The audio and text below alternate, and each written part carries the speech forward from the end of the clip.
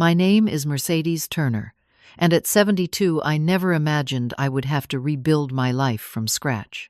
25 years ago, I owned a successful jewelry business, lived in a beautiful home in Connecticut, and had what I thought was a loving family. Then one night, $2 million worth of diamonds disappeared from my safe, and my own son pointed his finger at me. Before I continue with my story, I would love to know where you are watching from. Please drop a comment below and subscribe if you want to hear more stories like mine. Before everything fell apart, I had what many would consider a charmed life in Greenwich, Connecticut. My jewelry business, Turner Fine Jewelry, had become the go-to place for the wealthy elite looking for unique, handcrafted pieces. I started it after my husband Thomas passed away from cancer. He had been my high school sweetheart, and we had been married for 32 years when lung cancer took him from me. The life insurance policy he left behind gave me the capital to start the business I had always dreamed of. Our Tudor home sat on 5 acres of land with beautiful gardens Thomas had lovingly tended. After his death, I hired a gardener to maintain them, but I still spent every Sunday morning among the roses feeling close to him. The house had 6 bedrooms, far too many for just me, but I could never bring myself to sell it. Too many memories lived in those walls. In the community, I had built a reputation as an honest businesswoman. My clients trusted me with their precious family heirlooms for restoration and redesign. Some of the wealthiest families in New England counted themselves among my loyal customers. I never took that trust for granted. The back of my store housed my personal workshop.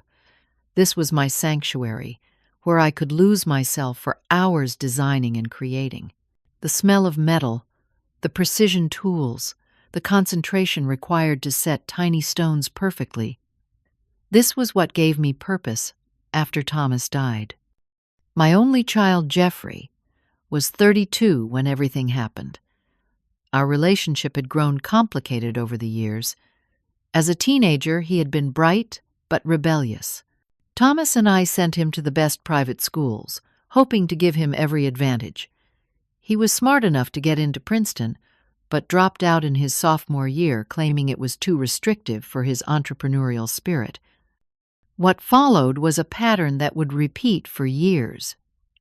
Jeffrey would start a business venture with great enthusiasm, pour money into it. Usually mine lose interest when it required actual work and then abandon it. I kept supporting him financially, telling myself it was just a phase, that he would eventually find his passion and settle down. By his early 30s, it became clear that gambling was Jeffrey's true passion. At first, he hid it from me, but eventually the evidence became impossible to ignore. There were phone calls from collection agencies, mysterious cash withdrawals from his accounts, and a constant need for loans that were never repaid. A month before the incident, Jeffrey came to me asking for $50,000 for what he called a sure thing investment opportunity. When I pressed for details, his story fell apart. For the first time, I refused to give him money. The look in his eyes frightened me, a cold anger I had never seen before. Besides Jeffrey, I had a small circle of people I truly trusted. My sister Patricia lived in Florida with her husband. We spoke weekly by phone, and she visited every Christmas. Unlike me, Patricia had retired early after a successful career in banking. She was always the practical one, warning me about enabling Jeffrey. My best friend and business partner Dorothea had been with me from the beginning. She handled the business side while I focused on design and client relationships. We balanced each other perfectly, and I trusted her completely.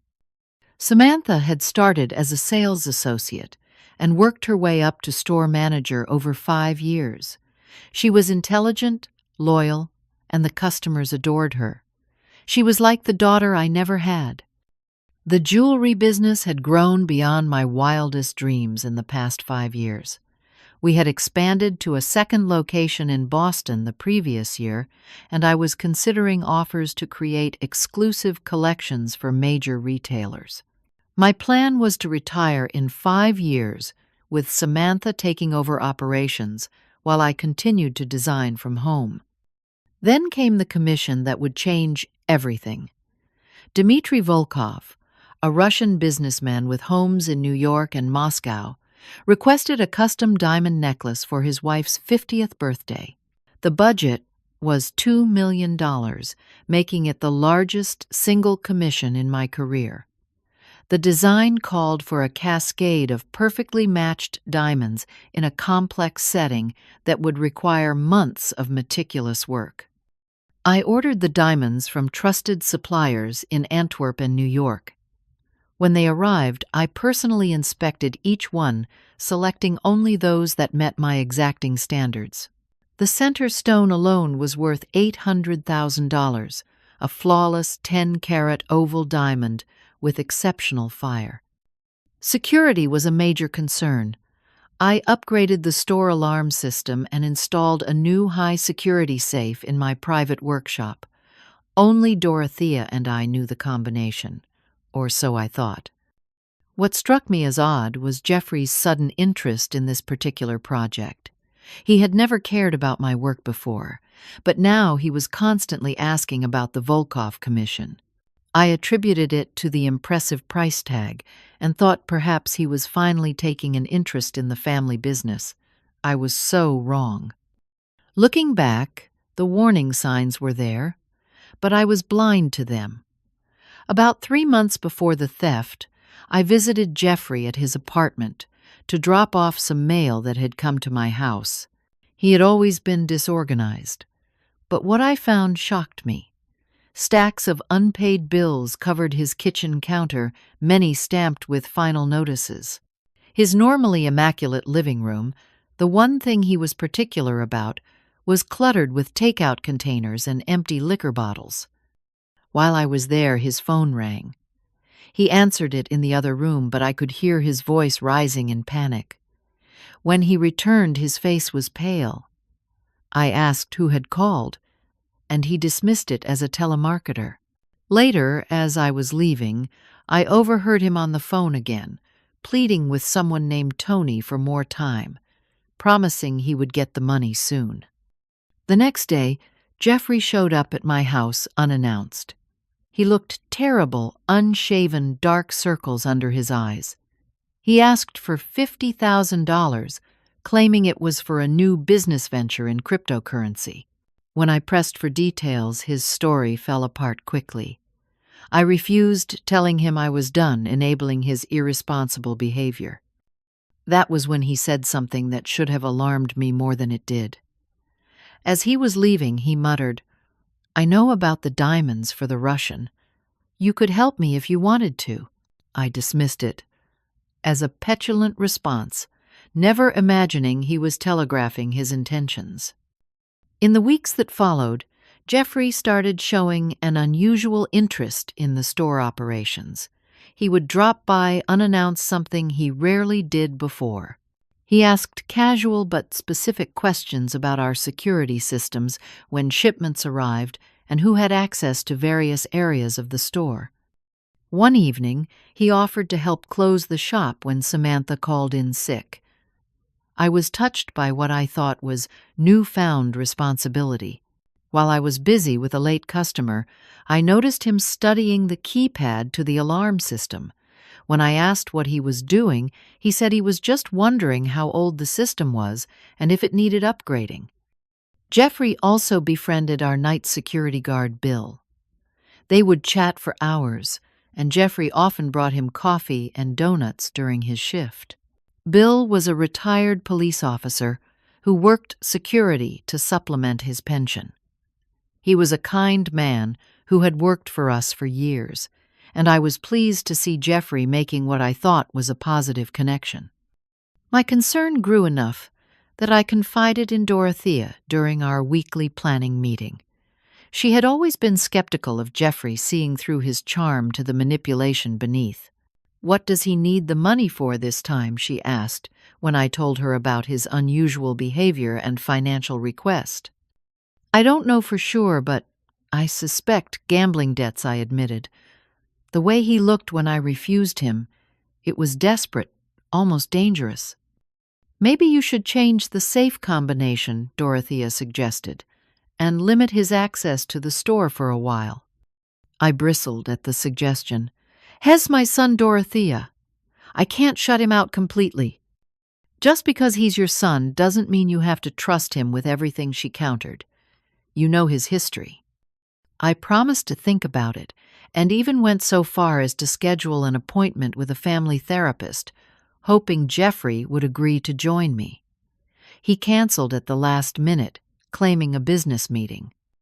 The final warning came when Jeffrey left his jacket at my house after Sunday dinner. While hanging it up, I felt something in the pocket and discovered a stack of betting slips from an underground gambling parlor in New York. The dates were recent, and the amounts staggering tens of thousands of dollars on horse races, boxing matches, and poker games.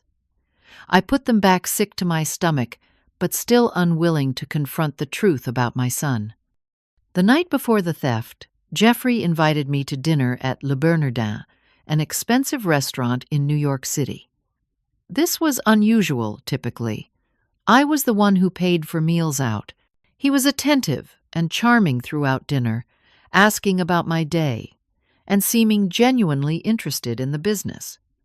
As we were finishing dessert, he casually asked about my plans for the weekend. I mentioned I would be working late on the Volkov piece Friday night, since the installation was scheduled for the following week. "You work too hard, Mom," he said, his voice full of concern. "You should take something to help you sleep. I know you have trouble with insomnia." This struck me as odd, because I had never suffered from insomnia. If anything, I had always been a sound sleeper. Before I could correct him, he pulled a small bottle from his pocket. "These are natural sleeping aids my friend recommended," he said, sliding them across the table. "Just take one before bed. They'll help you get a good night's rest." I thanked him and put the bottle in my purse, touched by what I thought was consideration. That night, after securing the diamonds in the safe, I took one of the pills thinking it might help me relax after a stressful week. I woke the next morning feeling unusually groggy, my thoughts foggy and my limbs heavy. It took me nearly an hour to feel alert enough to drive to the store. When I arrived, something felt off immediately. The alarm didn't beep when I entered my code. Inside the store looked normal, but when I went to my workshop and opened the safe to begin work, my heart stopped. The velvet trays containing the Volkov diamonds were empty. In a panic, I checked the security camera monitors. The system showed only static where the previous night's footage should have been. I called the police immediately, then tried to reach Jeffrey. His phone went straight to voicemail. When I went outside to see if his car was still in the guest spot where he had parked it the night before it was gone. Detective Warren arrived within 30 minutes of my call, along with 2 uniformed officers. He was a tall, serious man, with graying hair and the weary eyes of someone who had seen too many crimes. He took my statement in my office, asking me to walk through everything I remembered from the previous day. "Who knew about these diamonds?" he asked, tapping his pen against his notebook. I explained that while the Volkov commission wasn't a secret, the details of security and storage were known only to me, Dorothea, and possibly Samantha. "And Jeffrey," I added reluctantly. "Hez, my son. He knew I was working on an important piece." Detective Warren nodded slowly. "And who has access to the alarm system and safe?" Again, I listed the same small group of people. I explained that the safe had a digital combination that only Dorothea and I knew. The alarm code was known to all employees, but the master code that could disable it completely was restricted to me and Dorothea. As we were talking, two men in suits arrived introducing themselves as investigators from the insurance company. They would be conducting their own investigation alongside the police, they explained, since the claim amount was so substantial. It was the insurance investigator who first pointed out that the alarm had been disabled using the master code not bypassed or cut. There were no signs of forced entry on any door or window. The safe, too, had been opened with the correct combination, not cracked or damaged.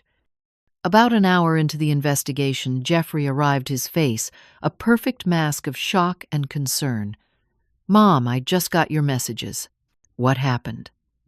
His performance was flawless, eyes wide with alarm as he surveyed the police officers and investigators moving through the store. "The diamonds for the Volkov commission are gone," I said, watching his face carefully. "The safe was emptied sometime last night." His hand flew to his mouth. "Oh my God! Did someone break in?" "It doesn't appear so," Detective Warren interjected, studying Jeffrey with a neutral expression. "The alarm was disabled properly, and the safe was opened with the correct combination." Jeffrey frowned, looking confused. "That doesn't make sense. Could you have misplaced them, Mom? You have been working really hard lately. Sometimes you get distracted." I felt a chill at his words. "I would never misplace $2 million worth of diamonds, Jeffrey." He raised his hands defensively. "I'm just trying to help. It's not like you to be forgetful, but you have seemed more absent-minded recently." The detective was watching our interaction carefully. "I noticed you weren't at home when your mother discovered the theft, Mr. Turner. Where were you last night?" Jeffrey didn't hesitate. "I was at the Belmont Casino in Atlantic City. I spent the night there with friends. You can check their security cameras. I was at the poker tables until about 3 in the morning, then slept in my comped room." The detective made a note. "Well, verify that. In the meantime, we'd like to take a look at your mother's office and workshop again." As the detective walked away, Jeffrey pulled me aside. "Mom," he whispered, his voice urgent. "Listen, if you needed money and took the diamonds yourself, just tell me. We can figure this out. Say they were stolen during transit or something. The insurance will cover it." I stared at him, stunned. "Do you think I stole my own diamonds?" He squeezed my arm, his eyes intense. "I'm just saying, if you did, I understand. Business has been tough, and the expansion was expensive. I won't judge you." Before I could respond, Detective Warren called me over to look at something they had found. As I walked away, I saw Jeffrey slip into my office. When he emerged a few minutes later, he had a strange, satisfied look that made my stomach turn. The investigation continued throughout the day. They took fingerprints from the safe and alarm panel, finding only mine, Dorothea's, and Samantha's, exactly as expected, since we were the only ones who regularly used them. They interviewed all employees and reviewed what security footage was available from the days leading up to the theft. By late afternoon, I noticed the detectives' attitudes had subtly shifted. Their questions became more pointed, focusing on my financial situation, whether the business was in trouble, if I had gambling problems or debts. I answered truthfully, growing increasingly confused by the direction of their inquiry. Then Detective Warren asked me to come to the station to continue the interview, saying they had discovered some concerning information. Jeffrey insisted on coming with me, playing the role of the supportive son perfectly. At the station, Warren revealed what Jeffrey had told them, that I had been acting strangely in recent months, that the business was struggling due to the expensive Boston expansion, and that he had overheard me arguing with Dmitry Volkov about payment terms. "None of that is true," I protested. The business is doing very well, and Mr. Volkov paid a 50% deposit up front. There was never any disagreement. Warren slid a folder across the table. Then perhaps you can explain these. Inside were printouts of what appeared to be receipts for diamond sales to a dealer in Amsterdam with my signature on them. I had never seen these documents before in my life. They were dated over the previous 3 months, showing a pattern of small sales that wouldn't raise suspicion, but would add up to a significant amount. "These are forgeries," I said firmly. "I never sold these diamonds. Someone created these documents. We found them in your desk drawer, Mrs. Turner, in a folder labeled Personal Accounts," Warren said. I looked at Jeffrey, who was sitting beside me with a concerned expression that didn't reach his eyes. Suddenly, everything clicked into place. I knew with absolute certainty that my own son had planted those documents. The final nail in the coffin came when Jeffrey asked to speak privately with the detective. When they returned 20 minutes later, Warren's face was grim.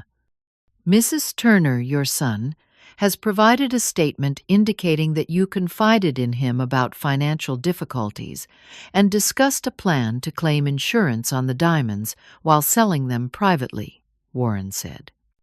"That is a lie," I said, my voice shaking with anger and disbelief. "I never said any such thing." But the evidence was mounting against me.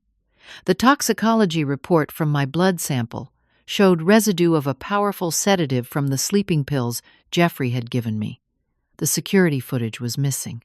The forged receipts were in my handwriting, expertly forged, I later learned, and my own son was testifying against me. When they formally arrested me, placing handcuffs on my wrists in the police station, Jeffrey put on a show of emotion, tears streaming down his face as he asked the detective, "How could she do this? How could she throw everything away like this?" As they led me out, I locked eyes with Dorothea, who had come to the station after hearing about my arrest. Her face reflected shock and disbelief, but not in my guilt, in the depths to which Jeffrey had sunk to betray me. In that moment, I realized that every detail of this plan had been meticulously arranged by my son. He had used my trust, my love, and my business to orchestrate my downfall while securing his financial future. The diamonds were gone, and with them, my freedom. The months leading up to my trial were a nightmare of devastation and betrayal. I hired Martin Goldstein, one of the best criminal defense attorneys in New York, draining my savings account to pay his retainer. He was confident at first, assuring me that circumstantial evidence wasn't enough for a conviction. But as Jeffrey continued to build his case against me, even Martin began to show doubt. While I sat in county jail awaiting trial, Jeffrey took control of my business, claiming it was temporary until I was exonerated. He told everyone he was just keeping things running, but I learned from Dorothea that he was already making changes, firing longtime employees, bringing in his own people, even redesigning the company logo to remove my initials. Dmitry Volkov was understandably furious about his missing diamonds. He threatened lawsuits against me personally and the business. The publicity was devastating. Local papers ran headlines like "Jeweler Steals from Russian Client and Trust Betrayed Society, Jeweler Faces Theft Charges." My reputation, built over decades of honest work, was destroyed overnight. The insurance company launched their own fraud investigation, freezing all business accounts while they examined years of transactions.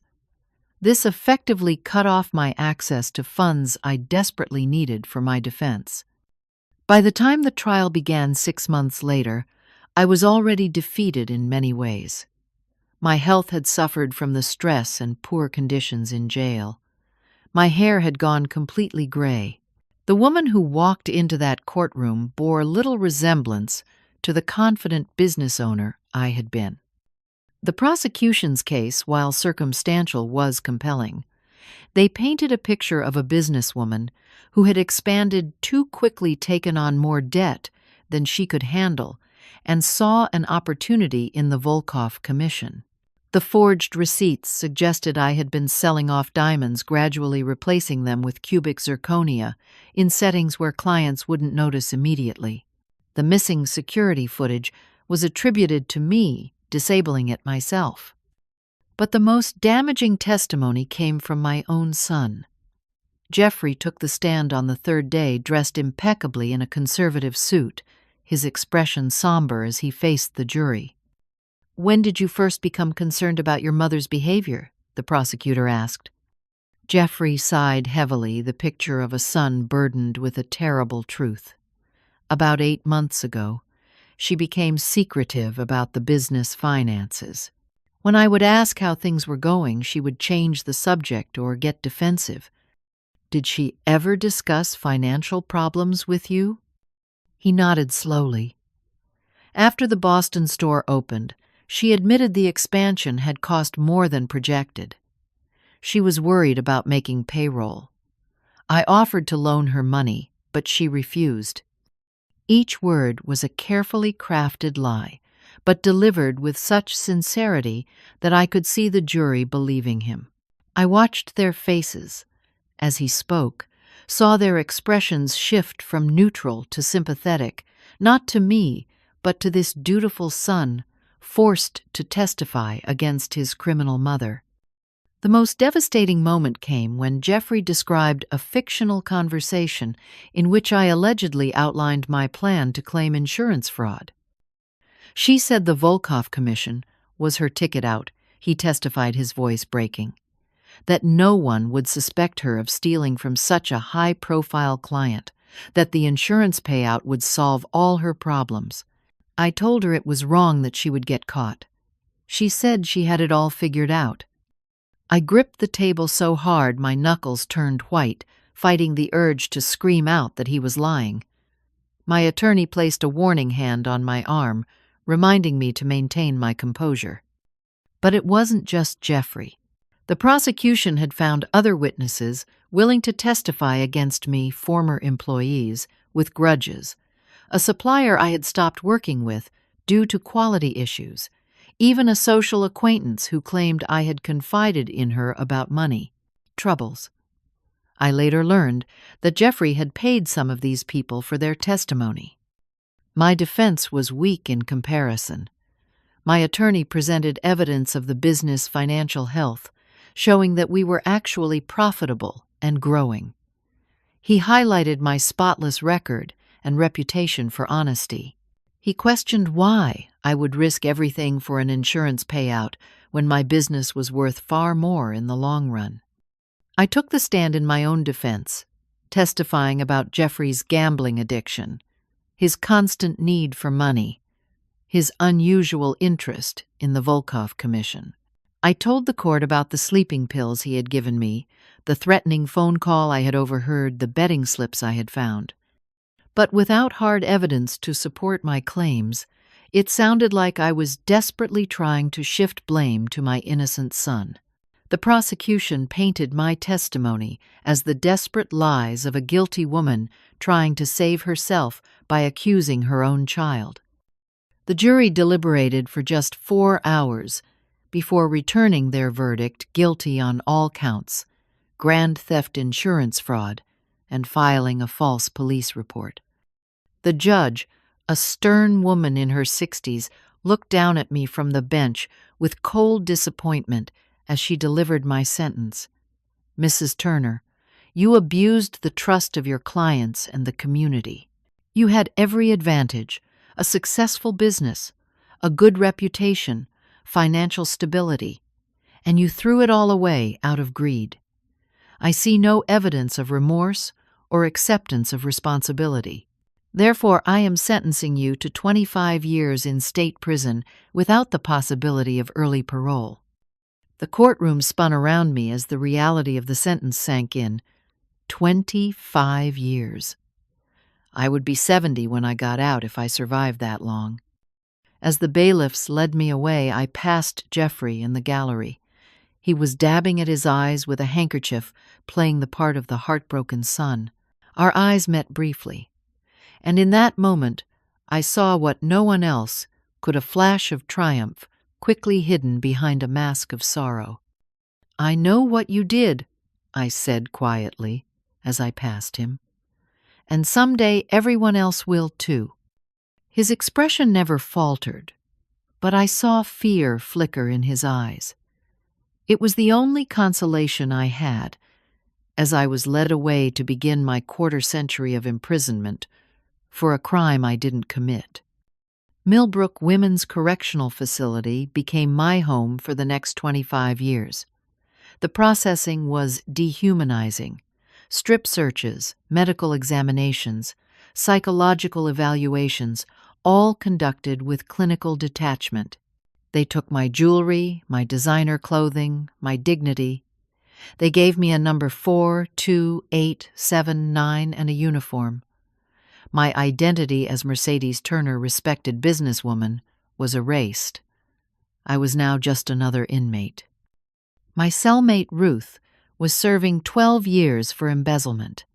She was in her 50s, a former bookkeeper who had stolen from her employer to pay for her daughter's medical bills. She took one look at me, a 60-year-old woman shell-shocked and trembling, and said, "First night's the hardest. It gets easier. Not good, but easier. Keep your head down, don't trust anyone, and follow the rules." Ruth became my guide to prison survival. She showed me how to eat quickly at mealtimes, to avoid confrontations which guards were fair and which would make your life hell for sport. How to shower while maintaining some semblance of privacy, which work assignments to request, and prisons which to avoid. During those first months, I existed in a fog of disbelief and depression. The reality of what had happened, that my own son had framed me and stolen my freedom, was too painful to fully process. I went through the motions of prison life mechanically, following the rigid schedule of wake-up calls, meals, work assignments, and lights out. Dorothea visited whenever she could, bringing news from the outside world. Each visit brought fresh pain. She told me that Jeffrey had sold my business to Cartwright Jewelers, our biggest competitor, for a fraction of its worth. He had moved into my house in Greenwich and was selling off my personal belongings. He had even taken my husband's watches and cufflinks, family heirlooms meant for him anyway, but the thought of him wearing them while I sat in prison was unbearable. My sister Patricia wrote regularly, but rarely visited, as the trip from Florida was difficult for her. Her letters were my lifeline to family memories, and a reminder that someone still believed in my innocence. The prison library became my sanctuary. I read voraciously novels, history books, biographies of people who had overcome tremendous adversity. I found particular comfort in accounts of wrongfully convicted individuals who had eventually been exonerated. Their stories gave me hope that someday the truth would come to light. Over time, I developed practical skills through prison workshops. I learned basic carpentry computer skills on severely outdated machines, and even basic legal terminology through a paralegal course offered to inmates. I volunteered for every educational opportunity, partly to keep my mind active and partly to stay out of the general population as much as possible. Around my 5th year inside, I met 2 people who would become crucial allies. Gloria was a former accountant serving time for tax fraud. She had a sharp mind and an even sharper tongue. We bonded over our shared background in business and our love of mystery novels. She helped me understand the financial aspects of what Jeffrey had done, explaining how he might have hidden the money from the diamonds. Margaret, the prison librarian, was a civilian employee who treated inmates with genuine respect. When I told her my story one quiet afternoon while reshelving books, she believed me without question. She began bringing me newspaper clippings about Jeffrey, who had started his own jewelry design business using my techniques and even some of my original designs. Through Margaret, I connected with Susan, a young lawyer who volunteered with the Innocence Project. Susan was barely 30, with boundless energy and idealism. After hearing my case, she was convinced of my innocence, but cautioned that without new evidence, there was little legal recourse.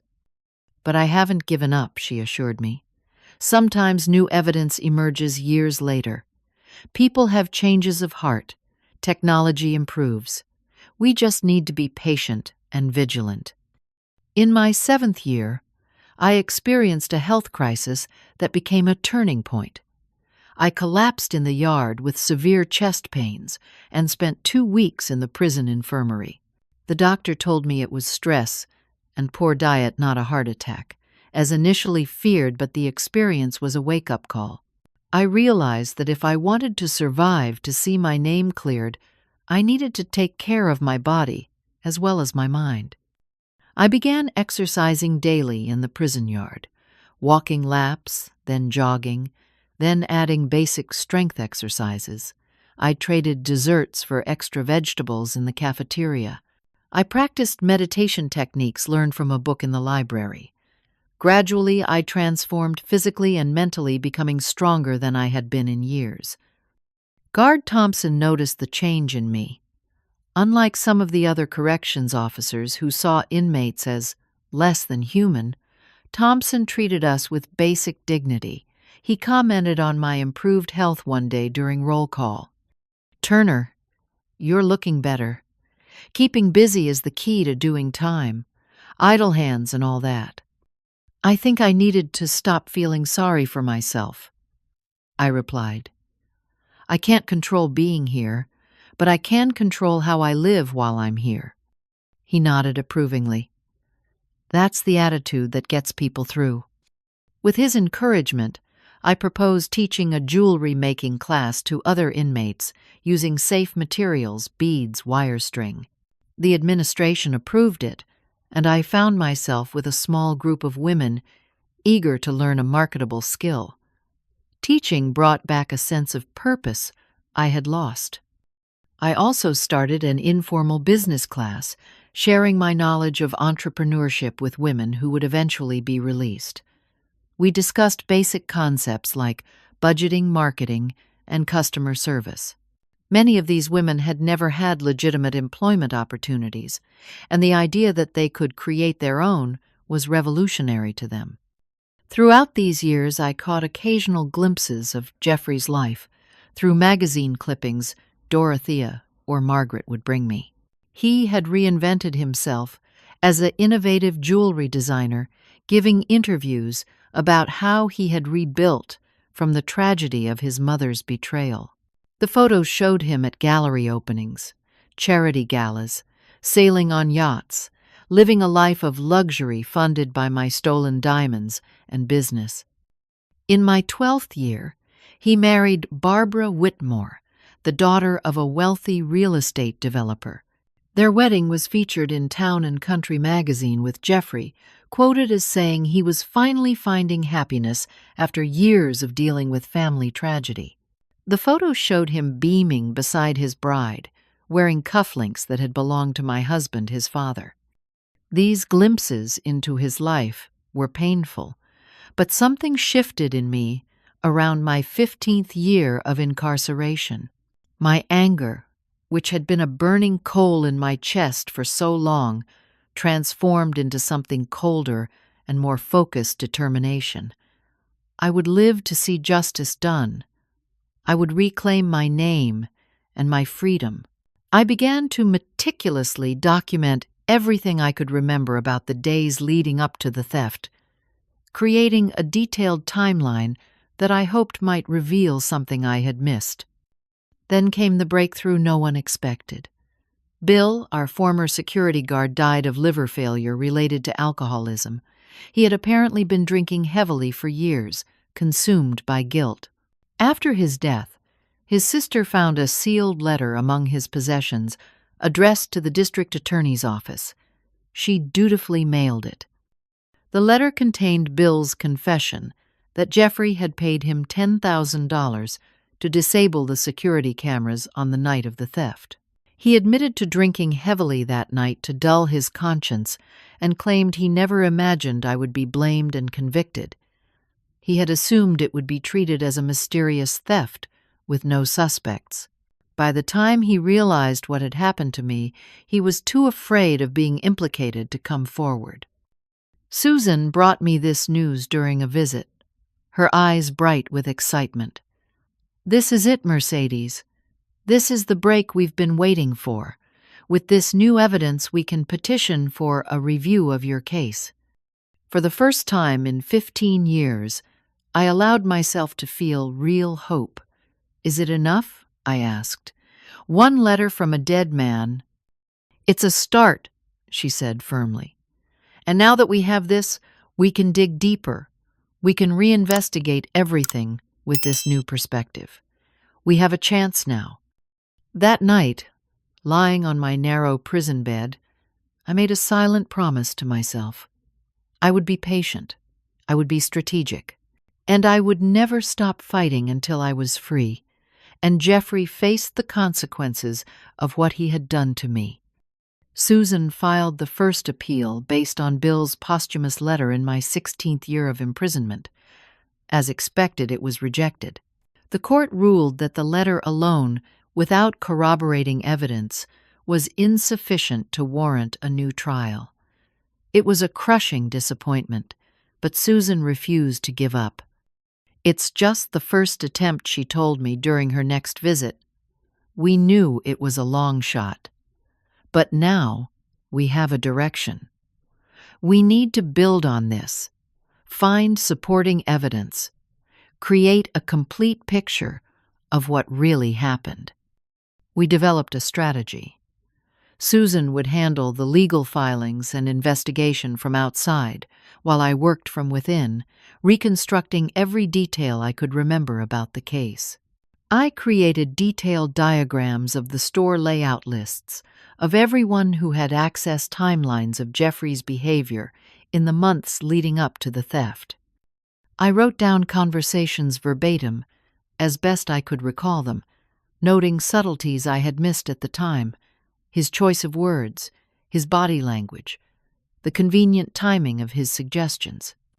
My memory work became an obsession. Every night before sleep, I would mentally walk through the store, visualizing security cameras, alarm panels, the safe, trying to recall any detail that might help. I would replay conversations with Jeffrey, looking for clues I had missed. Sometimes I would wake up at 3 a.m. with a sudden recollection, the name of the loan shark Id overheard on the phone. Tony Marino, the date of a specific conversation, the brand of sleeping pills he had given me. Susan began tracking down Jeffrey's former gambling associates. Most wanted nothing to do with the case, but a few were willing to talk, especially those who felt Jeffrey had betrayed them in some way. One man, Lucas Reed, provided a sworn statement that Jeffrey had owed significant debts to several dangerous people around the time of the diamond theft. Another confirmed that Jeffrey had suddenly paid off a $70,000 gambling debt in cash shortly after the diamonds disappeared. Dorothea continued her own investigation, using her business connections to trace Jeffrey's finances. She discovered that he had opened an offshore account in the Cayman Islands 3 weeks before the theft. While she couldn't access the account details, the timing was suspicious. In my 18th year of imprisonment, a true crime podcast called Wrongful featured my case in a 3-part series. The producers had become interested after hearing about Bill's confession letter and spent months investigating the case. They interviewed Dorothea, Susan, former employees, and even some jurors from my trial. They tried to interview Jeffrey, who declined, but issued a statement reaffirming my guilt and expressing his continued heartbreak over my betrayal. The podcast created public interest in my case. Letters of support began arriving at the prison, and a small but vocal group of advocates started calling for my case to be reviewed. The publicity made Jeffrey nervous. He gave several defensive interviews maintaining his innocence, but appearing increasingly uncomfortable under scrutiny. Former clients came forward with stories of my integrity and attention to detail, questioning whether I would have risked my reputation and business for an insurance payout. Several pointed out that the business value far exceeded the insurance money at stake, making the alleged motive illogical. In my 20th year, the breakthrough we had been waiting for finally came from an unexpected source.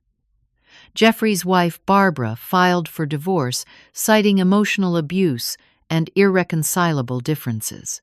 During the contentious proceedings, she revealed damaging information about Jeffrey, his continued gambling addiction, his erratic spending, and most significantly, her discovery of a key to a safety deposit box she hadn't known about.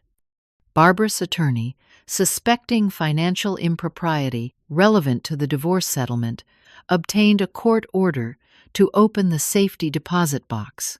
Inside, they found documentation relating to the Cayman Islands account showing deposits totaling approximately $1.8 million made shortly after the diamond theft.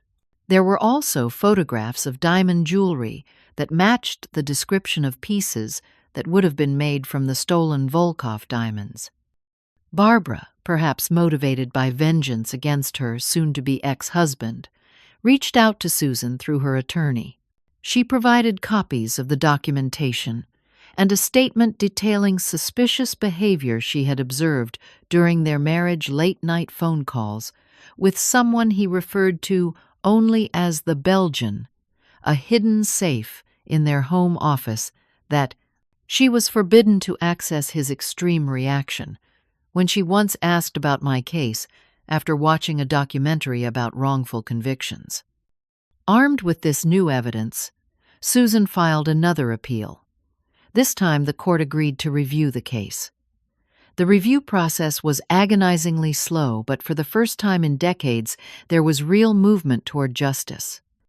The final piece fell into place when Jeffrey's business partner, Michael Reeves, found himself facing tax evasion charges unrelated to my case. Seeking leniency, he offered information about Jeffrey, including a confession that he had helped sell the stolen diamonds through contacts in Antwerp, receiving a 10% commission for his assistance. Michael provided detailed records of the transactions, including dates, amounts, and the names of buyers. He also revealed that Jeffrey still possessed several of the original diamonds, keeping them as a form of insurance in case his partners ever turned on him. In my 24th year of imprisonment, I received notification that my case had been officially reopened based on compelling new evidence. The district attorney's office, under new leadership, since my conviction, conducted its own investigation and found substantial grounds to believe a miscarriage of justice had occurred. The waiting was excruciating. I had been disappointed so many times before that I dared not hope too strongly. I continued my prison routine, teaching my classes, exercising daily, mentoring younger inmates, while trying not to count the days until the court decision. Finally, in the spring of my 25th year inside, Susan visited with news that brought me to my knees. The judge had overturned my conviction, citing overwhelming evidence of my innocence and troubling indications of deliberate framing. The district attorney had declined to retry the case and formally apologized for the miscarriage of justice. I was going to be free. The day of my release was surreal. I walked out of Millbrook Women's Correctional Facility on a bright April morning, 70 years old, wearing clothes Dorothea had brought for me, simple slacks and a blouse that felt impossibly soft after years of prison uniforms. The sunlight seemed brighter than I remembered, the air sweeter. A small crowd of reporters waited outside the gates. Cameras flashed as I made a brief statement, thanking those who had supported me and expressing gratitude for the truth finally coming to light. I declined to answer questions about Jeffrey, saying only that justice was still unfolding in that regard. Dorothea drove me to a small apartment she had rented for me. I couldn't return to my home. Jeffrey had sold it years ago, and the thought of staying in a hotel surrounded by strangers was overwhelming. The apartment was simple, but comfortable, with a view of a small park. It would do until I figured out my next steps. That first night of freedom was overwhelming. The silence without institutional noises, guards, footsteps, intercoms other inmates was deafening. The softness of the bed made sleep impossible after decades on a prison mattress. I sat by the window until dawn, watching the world I had been removed from for 25 years, marveling at how much had changed. The cars, the clothing styles, the way people walked absorbed in handheld devices I later learned were smartphones. As I sat there, the news broke that Jeffrey had been arrested attempting to board a private plane to a non-extradition country. Apparently had been tipped off about the investigation closing in and had tried to flee with cash and diamonds. His capture was being broadcast on every news channel, his disheveled appearance as he was led away in handcuffs, a stark contrast to the polished businessman he had pretended to be. I felt nothing watching him, neither satisfaction nor anger. I was empty, hollowed out by 25 years of wrongful imprisonment. The only emotion I could identify was a profound exhaustion. The fight for justice had consumed a quarter-century of my life. Now that it was here, I didn't know what came next. Starting over at 70 years old was not something I had ever imagined. The world had changed dramatically during my imprisonment. Technology had advanced beyond my comprehension. Smartphones, social media, electric cars, virtual assistants. Simple tasks like buying groceries or using public transportation had become computerized in ways that bewildered me. I moved into Dorothea's guest house while I sorted out my future. My financial situation was precarious. The state provided compensation for my wrongful conviction, but the amount was insultingly small compared to what I had lost, approximately $50,000 per year of imprisonment.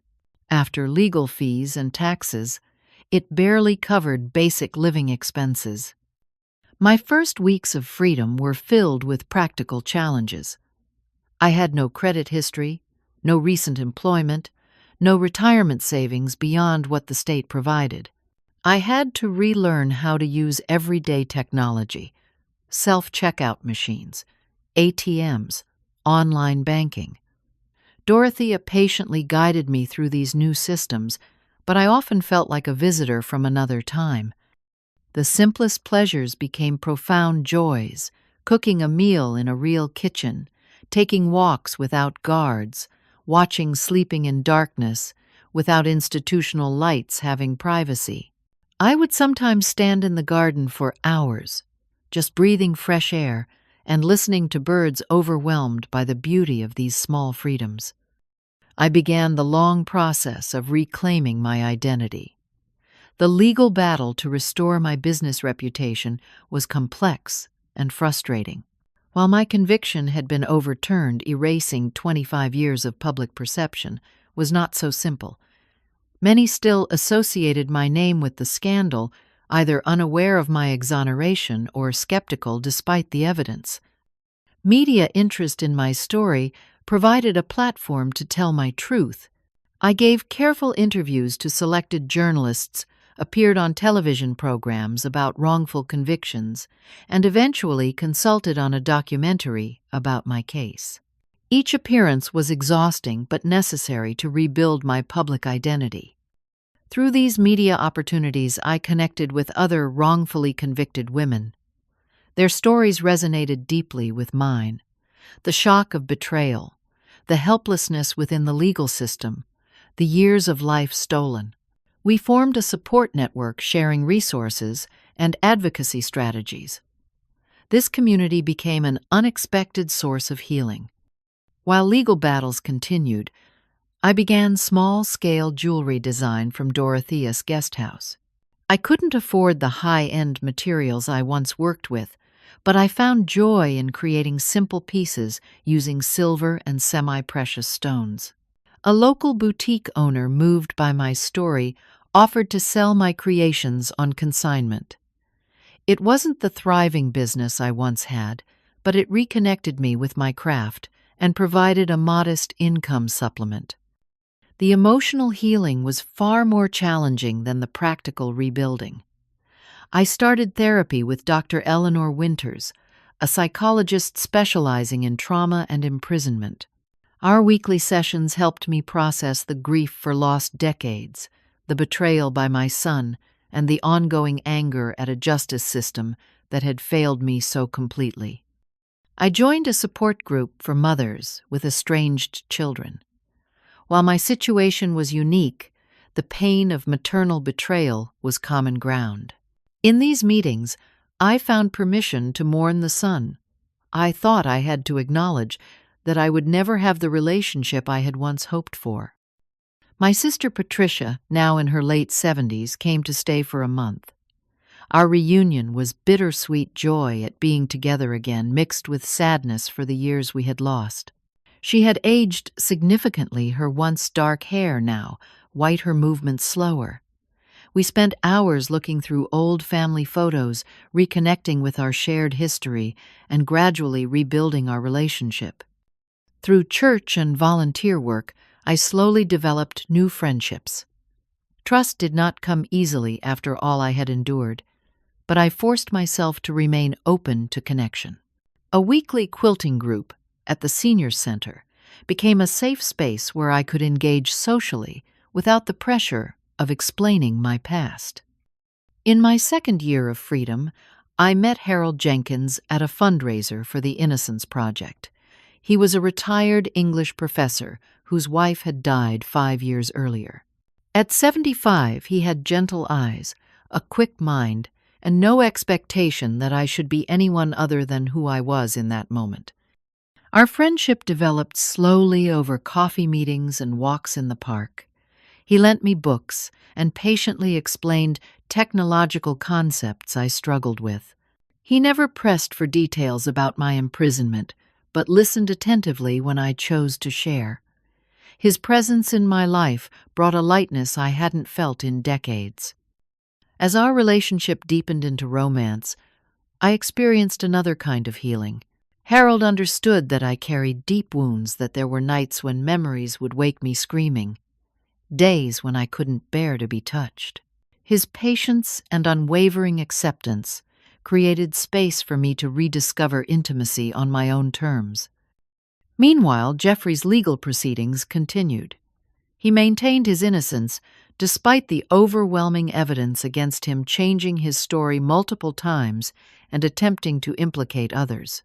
His trial revealed the full extent of his deception, not just the diamond theft, but years of financial fraud, tax evasion, and perjury. I chose not to attend his trial. I had no desire to see him or hear his lies. Susan kept me informed of developments, including his eventual conviction on multiple counts.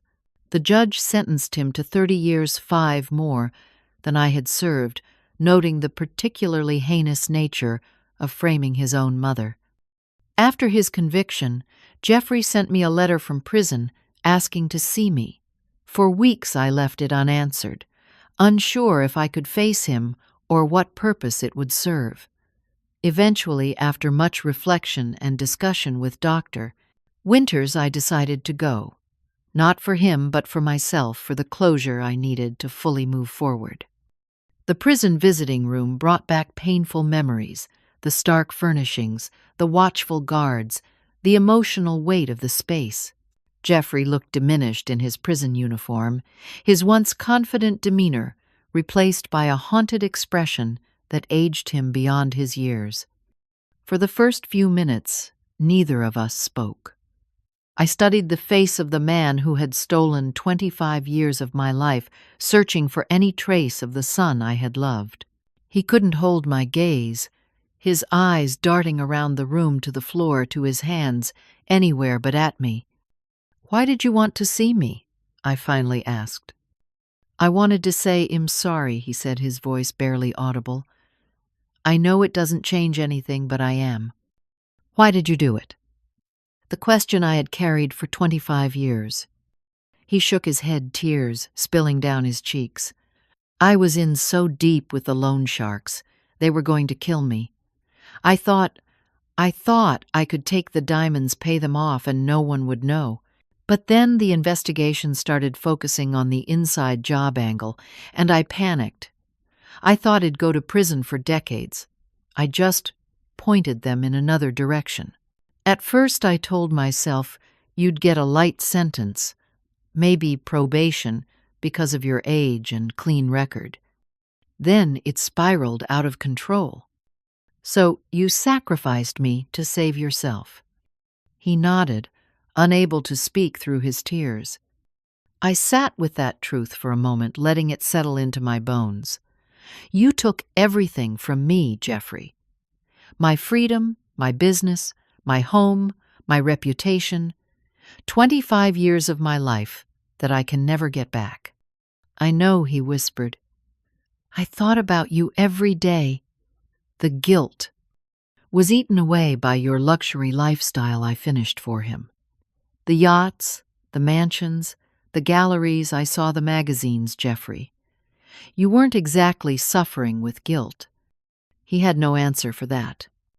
"I need you to know something," I said, leaning forward. "I forgive you." His head snapped up, eyes wide with disbelief. "Not for your sake, but for mine," I continued. "I won't carry the weight of hating you anymore. It's too heavy, and I have too few years left. But forgiveness isn't reconciliation. I don't want a relationship with you. I don't want letters or calls. This visit is goodbye." I stood to leave, feeling lighter than I had in years. The bitterness that had been my companion for so long was finally releasing its grip on my heart. "Mom," he called, as I turned to go. I paused, but didn't look back. "I really am sorry." "I know," I said, "and now we both have to live with what you did." I walked out of that prison, knowing I would never return, never see my son again. The choice brought both grief and liberation, the final cutting of a toxic bond that had nearly destroyed me. In the years since, I have built a quiet but fulfilling life. Harold and I married in a simple ceremony with our closest friends. We live in a small cottage near the coast, where I continue to create jewelry and volunteer with organizations that support wrongfully convicted individuals. I received a significant settlement from the civil suit against the state for my wrongful imprisonment, though no amount could truly compensate for what was taken from me. I donated a portion to the Innocence Project in gratitude for their work on my behalf and to ensure they could help others like me. At 78, I am finally at peace with my past, though not reconciled to it. I will always mourn the years that were stolen, the moments I missed the life I should have had, but I refuse to let that grief define my remaining time. Each day is precious now, each moment of freedom, a gift I don't take for granted. If my story teaches anything, it is that justice is fragile and imperfect, that betrayal can come from those we love most, and that survival requires finding strength we never knew we possessed. But it also teaches that healing is possible even after unimaginable trauma, that new beginnings can happen at any age, and that freedom, true freedom, begins in the heart long before it manifests in the world.